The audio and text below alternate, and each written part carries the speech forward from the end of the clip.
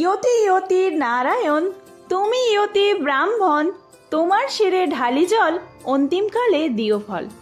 এই মন্ত্রোচ্চারণ করেই বাঙালির ঘরে ঘরে পালিত হয় ইতু পূজার ব্রত। আর আজ ইতু পূজার ব্রতের নানান কথা নিয়েই আমাদের ভিডিও। আজকের ভিডিওতে আমরা জেনে নেব ইতু পুজো 2024 সময়সূচি, কতগুলি রবিবার পড়েছে এবং তারিখ, ইতু পুজোর বিধি, ইতু পুজোয় কি কি উপকরণ লাগবে, ইতু পুজোর ঘটের বিবরণ, সাথে মন্ত্র, আর সাথে আমরা জেনে নেব এই পুজোর দিন আমরা কি ধরনের আহার গ্রহণ করব। তো চলুন বন্ধুরা, দেরি না করে ভিডিওটি শুরু করা যাক। যদি আমার চ্যানেলে নতুন হয়ে থাকেন অবশ্যই চ্যানেলটি সাবস্ক্রাইব করে এবং ভিডিওতে একটি লাইক করে শেষ পর্যন্ত সাথে থাকবেন। আশা করি ভিডিওটি আপনাদের জন্য খুবই হেল্পফুল হবে। ভিডিওর মূল পর্বে যাওয়ার আগে মা ইতু লক্ষ্মীর অশেষ কৃপা পেতে কমেন্ট বক্সে লিখুন জয় মা ইতু লক্ষ্মীর জয়। ভিডিওর শুরুতেই আমরা জেনে নেব যে ইতু পূজা কোন কোন তারিখে করা হবে। ইতু পূজা শুরু হচ্ছে 30শে কার্তিক, 16ই নভেম্বর শনিবার। ওই দিন শ্রী শ্রী ইতু দেবীর প্রতিষ্ঠা দিবস। এরপর থেকে পুরো এক মাস প্রতি রবিবার ইতু পুজো করা হবে।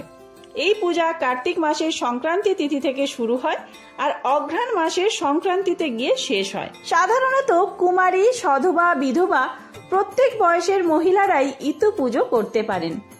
কথায় আছে, ইতুর কথা শুনলে নির্ধনের ধন হয়, অপুত্রের পুত্র হয়, অশরণের শরণ হয়, অন্ধের চক্ষু হয়, আইবুড়োর বিয়ে হয়, অন্তিমকালে স্বর্গ লাভ হয়।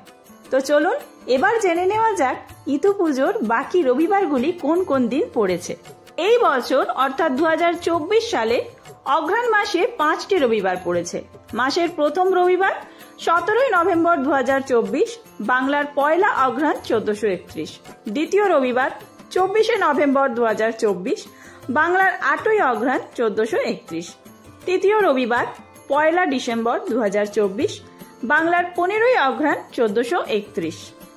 চতুর্থ রবিবার 8ই ডিসেম্বর 2024, বাংলার 22শে অঘ্রাণ 1431।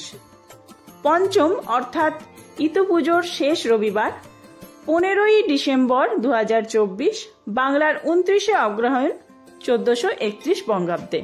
এটি ইতু পুজোর অন্তিম রবিবার। এর পরের দিন 16ই ডিসেম্বর 30শে অগ্রহায়ণ সোমবার ইতু লক্ষ্মীর সাধ ও বিসর্জন। পুজোর নিয়ম বিভিন্ন বাড়িতে বিভিন্ন হয়ে থাকে।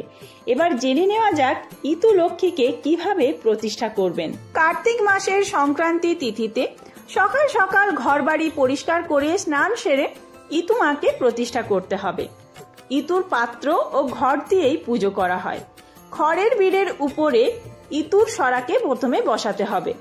তারপর সরাতে দেওয়া হয় মাটি। মাটি কানায় কানায় পূর্ণ হলে তার উপর একটি ঘর স্থাপন করতে হয়। বাকি অংশে কলমি শাক, সর্ষে, ধানের বীজ, মানকচুর মূল ইত্যাদি ছড়িয়ে ছিটিয়ে বসানো হয়। এছাড়াও ছোলা, মটর, তিল, যব সহ 8 রকম শস্য দেওয়ার নিয়ম রয়েছে। প্রতি রবিবার পুজো দেওয়ার সময় সরাতে জল দিয়ে থাকেন মহিলারা। ইতু পুজোর সময় চাল কলাইয়ের নৈবেদ্য সাজিয়ে পুজো দেন মহিলারা। ভোগ হিসেবে দেন চাল কলাই ভাজা। সংক্রান্তির দিনে ইতুর বিশেষ ভোগে লাগে সরু চাকলি বা চালের গুঁড়োর বিভিন্ন পদ। পুজোর ফুল হিসেবে ব্যবহার করা হয় হলুদ সর্ষে ফুল। পুজো হয়ে গেলে ইতুকে জলে বিসর্জন দেওয়ার নিয়ম রয়েছে। সবশেষে আমরা জেনে নেব ইতু পুজোর দিন ব্রতধারী কি খাবেন। ইতু পুজোর দিন ব্রতধারীকে তেল ও হলুদ ছাড়া সম্পূর্ণ নিরামিষ খাবার খেতে হবে। সকালে পুজো শেষ হয়ে গেলে পুজোর প্রসাদ খাওয়া যেতে পারে। দুপুরে সিদ্ধ ভাত আর রাতের বেলায় ময়দার তৈরি পরোটা বা লুচি অথবা মুড়ি খাওয়া যায়। এই দিন মুড়ি জল দিয়ে মেখে না খেয়ে এমনি শুকনো মুড়ি খেতে পারেন। দিনের মধ্যে একবার অন্ন খেতে পারবেন। ইতু পুজো মানেই পিঠে পুলি ও পায়েস খাওয়ার ধুম পড়ে যায়। কোথাও কোথাও ইতু পুজো ঘিরেই হয় নতুন ধানের উৎসব নবান্ন। ইতুতে সাত ভক্ষণের প্রথাও রয়েছে কোথাও কোথাও। এদিন নতুন গুড়, চাল ও দুধ দিয়ে পরমান্ন তৈরি করে নিবেদন করা হয় ইতু লক্ষ্মীকে। ইতু লক্ষ্মীর কৃপার ফলে সব রকম সংকট এবং বিপদ থেকে মুক্তি লাভ করা যায় এবং ধনধান্য ও স্বর্গসুখ প্রাপ্ত হয়। বন্ধুরা, ইতু পুজোর নবান্ন দেওয়ার তারিখ নিয়ে বিস্তারিত ভিডিও আছে। সেই ভিডিও দেখার জন্য অবশ্যই চ্যানেলটি সাবস্ক্রাইব করে সাথে থাকবেন। আর এই ভিডিওটি ভালো লাগলে বন্ধুদের মধ্যে অনেক বেশি শেয়ার করবেন। ধন্যবাদ।